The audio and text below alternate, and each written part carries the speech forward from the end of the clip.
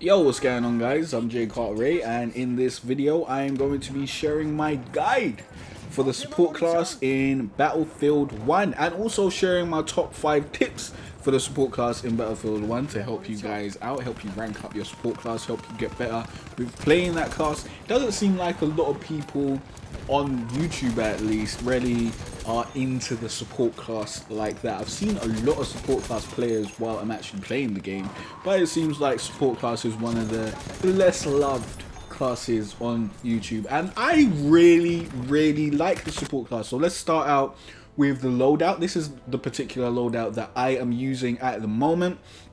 Now, for my primary, I've got the M1909 B'nai Mercy Storm. I am having loads of fun with this gun. It's a really good one. It's got 30 rounds in the chamber. The damage is at 27, accuracy 48, hipfire 32, control 78. The control is one of the best controls in the support class. I believe it is the best control in the support class. The hipfire is not the best. The accuracy is pretty good also. The damage is okay, it's not amazing. I'm currently using the iron sights with 1.25 magnification, recoil direction centered, but there are other guns for you to choose from. I generally would say check out the guns, you know, play around with them. I believe the B'nai Mercy Storm is the first gun that you can unlock after the Lewis gun. I don't really like the Lewis gun. I think the Lewis gun's absolute shite. I never had any real success with that. The Madsen is more like an assault class gun as far as I know. That's what I've been seeing. But the hipfire is better, the control's not as good, the accuracy is not as good, the damage is about the same. The bar I'm hearing is very good, the control definitely not as good, the hipfire is pretty good, the accuracy is a little less also. But yeah, I prefer the B'nai Mercy Storm. Like, that's just been doing great for me. I'll probably try out some more guns in the future, but you know, try out whatever gun you like and see which one suits you. My sidearm, I've currently got the M1911. I haven't really even looked into changing my sidearm for this class because it's not really that important. Like, the main primary weapons that you get have so much ammo in them, and you have unlimited ammo that you can generally get rid of people pretty easily, like with enough ammo in your chamber, and you know, stay around without switching to your secondary. Sometimes you will have to switch to your secondary, but it's not that common that I was like, oh my god, I need to really think about what my secondary gun needs to be. Now, the first gadget I'm using is the ammo pouch. You can pick the ammo crate if you'd like, but I prefer the ammo pouch because it refills ammo more quickly. I was going to say quicklier. Quicker. It refills your ammo quicker, and you can throw it at people and, you know, keep moving with it, which I prefer to the ammo crate. Like, when I first started playing the game, I was using like the medic crate and the ammo crate, but I believe the ammo bag, or the ammo pouch, and the medic bag is actually way better because you can throw it at people, and it's just quicker. It's easier to deal with, to be honest. And my second gadget is the mortar airburst. You can, like, with this gadget, you can pick anything really, but definitely bring the ammo. If you're playing support, you need the ammo. If you're not like resupplying your teammates, you're missing out on loads of points, and you're just, you know, you're fucking it up for yourself, because playing as support, you have unlimited ammo. Do you know how great that is? Like, play as any other class, go on a kill streak, run out of ammo, and try and get someone to give you ammo. See how fucking long that's gonna take, yeah? Having unlimited ammo is amazing. It is an advantage that you shouldn't be throwing away at all. But with this class, you can also come out with the crossbow launcher, you can get the frag launcher or the heavy explosive launcher, which I assume is for taking out vehicles. The mortar, you have the air launcher and the heavy explosive, which is for vehicles. The airburst one is for infantry, and you have the limpet charge, which I haven't used at all. I think that's for vehicles, but I don't think it's that effective apparently. And for the melee, oh shit, I missed grenade. For my grenades, I have the gas grenade, and this is you know, this is down to personal preference, to be honest. I really like the gas grenades because of the effects that it has on people. If you don't have the gas mask on, it's going to kill you. And if you do have a gas mask on, you can't use your hip fire, which means you're at a disadvantage. I mean, you can only use hip fire. You can't aim down sights, which means you're at a disadvantage. So it's very great for, you know, throwing in two directions where I believe the enemy is coming from. And that also allows me to know when the enemy is trying to get into the point that I'm protecting. Because if I've thrown two gas grenades down and I start seeing that enemy's hit by my gas grenade, I know that there's an enemy around in the area. He's coming towards me from one of the directions that I threw my gas grenade. If I threw them both in one direction, then I know he's definitely coming from that direction. That's amazing. And then he's either going to come through with his gas mask on, or he's not going to come through at all. Or he's gonna die. Which is great in my opinion. So yeah, I think the gas grenade is the best thing you can bring. Plus it refills very quickly. I was using the frag, I think, the frag / stick grenade prior to this, and that took ages to refill because I thought, you know, if I got unlimited grenades, I should probably go for the more powerful grenade. I should probably go for the frag or whatever, and I went for that, and it wasn't serving me well. Then I went to the gas grenade, and wow, the area denial on this class is amazing, and I'll share my tips later so you can know how to just completely deny an area from your enemies. It is an absolute amazing experience. And for my melee weapon, I have the hatchet because I think it's the strongest one. It's like 3 hits, 2 hits, and then the 3rd hit gets you into a, what's it called, an animation, and you kill them. So it's cool. I like the hatchet, and you can get rid of barbed wire and wood and stuff, so it's useful. And that is basically my loadout. Now let's get on to how you should play the class. Now you rarely want to stay at mid-range with this class. I mean, close range you might win out certain times, like you might get the kill if you're not going up against an assault or the person doesn't know that you're there. You can get the kill. But if you're going up against an assault and it's on equal footing, the person knows you're there, you're gonna die. And yeah, medics can get you also, but the fact that you have so much bullets in your chamber or in your magazine and you have unlimited ammo means you can just spray fire. You can spray bullets at whatever direction you like for as long as you like, which generally suppresses your enemy, which allows your teammates to wipe up some kills and, you know, stops them from actually getting accurate shots on you from time to time. But I would say stay in a group of people, preferably, because that will get you way more points with all your supplying and stuff. And it will allow you to give suppressive fire and do your job basically.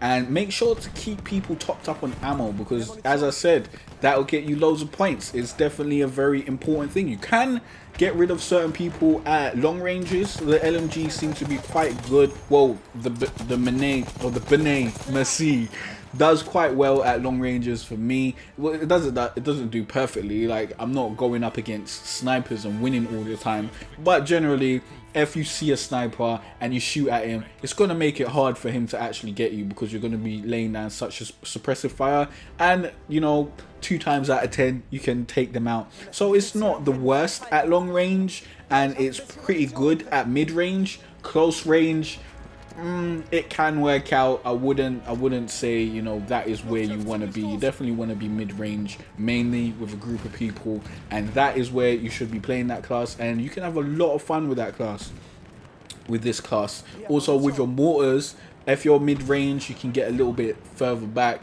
and make sure you're like behind some cover and just lay down some supporting fire on whatever point you're protecting. The mortar's pretty good for that. I like the mortars, but be cautious, because if the other team has a guy on a mortar, when you fire, they'll see you on the mortar. As the same will happen when you're on the mortar. If they fire, you'll see them on the mortar. So definitely take out mortar users. Make sure that is your priority, because they will take you out, and it is not nice. Trust me, get rid of those mortar users straight away. And yeah, that's basically how you should play the class. I don't believe there's anything more that I can really, tell you. I would just want to get into my top 5 tips now to give you a little bit of an edge on people who don't know these tips. So my first tip, well, these are in no particular order, by the way, but my first tip is press L2 to cancel the camera from mortar shots. Now, when you're in the mortar and you aim, you'll have like a big circle. You want to wait until that circle gets smaller, because then it will be more accurate. It will actually go where you're aiming, and it will go red, and that will be, the perfect accuracy.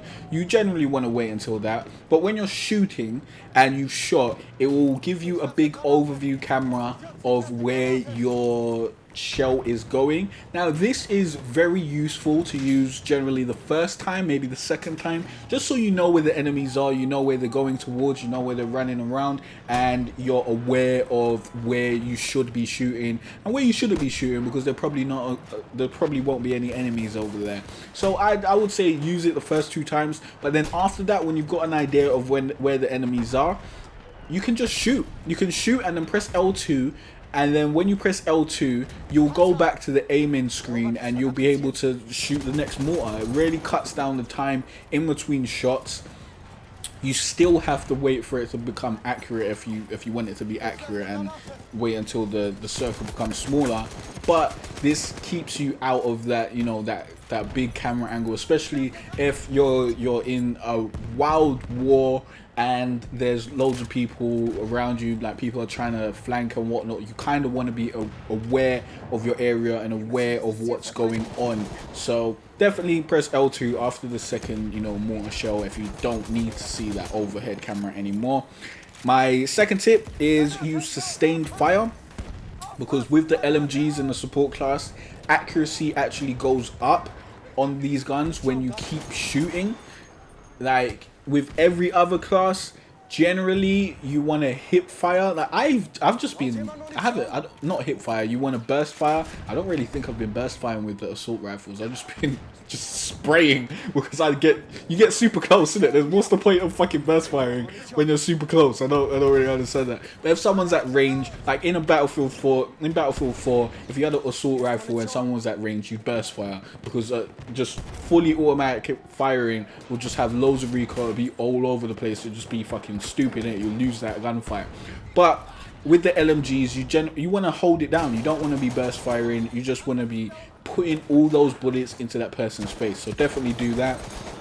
My third tip, is a tip that is going to change your games until DICE nerfs it. And they probably will nerf it, to be honest. If enough people start doing this and people start complaining, they'll probably nerf it, because I haven't found anyone to be using this tip as much as I've been using it, and it seems very successful. So my third tip is gas spam with infinite ammo. Like, use your gas grenades, throw 2 gas grenades down, then throw an ammo pouch on yourself immediately. Within about 10 to 15 seconds, you'll have 2 more gas grenades. That means 2 areas of your point or whatever are denied from your enemy, because you've already put 2 gas grenades down. And anytime you have an inkling that an enemy is trying to go through your gas or trying to go near it, maybe you've got a couple hit markers, you can throw down 2 more gas grenades,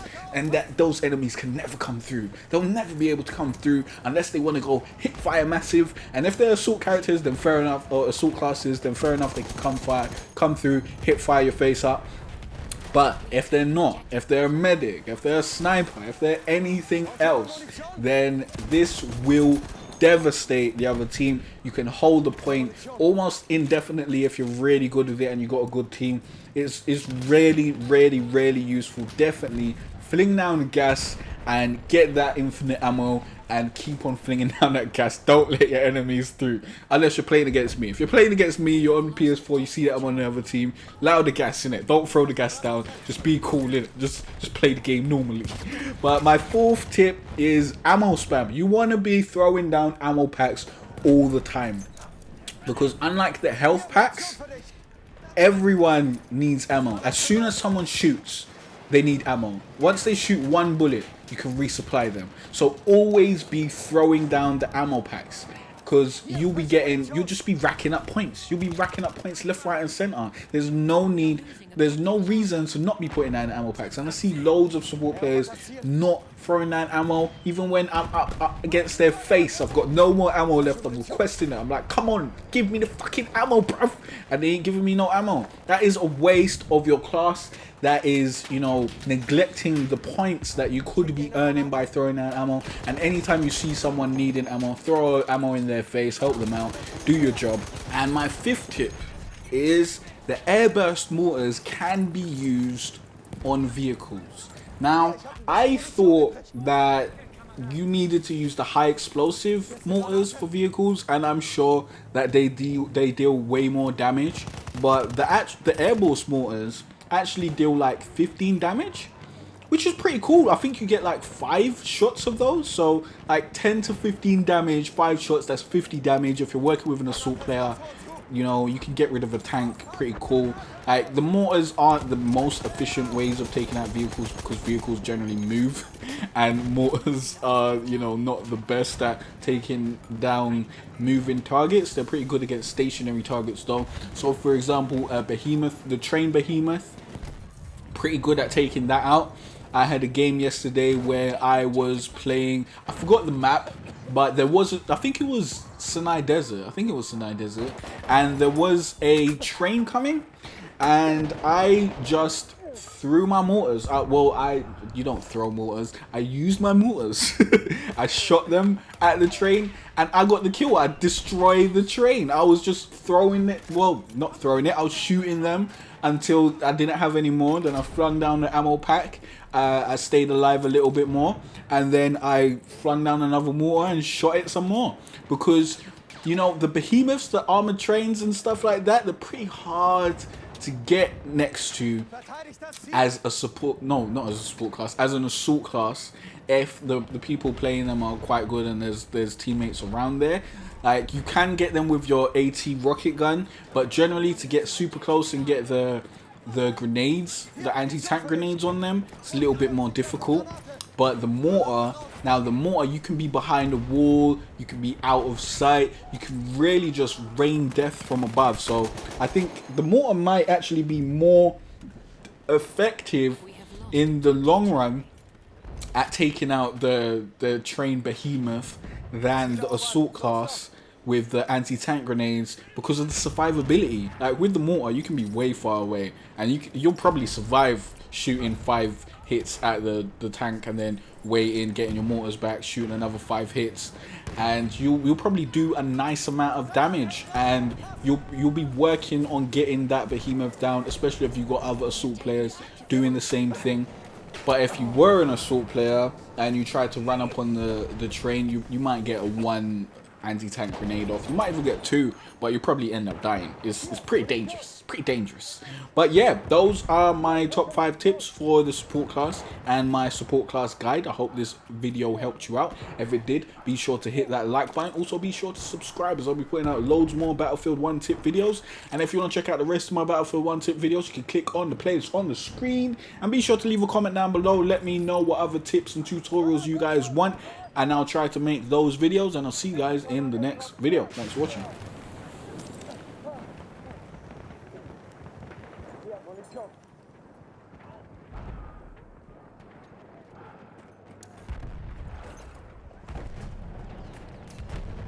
Ich werf eine Granate, aufpassen! Munition, hier!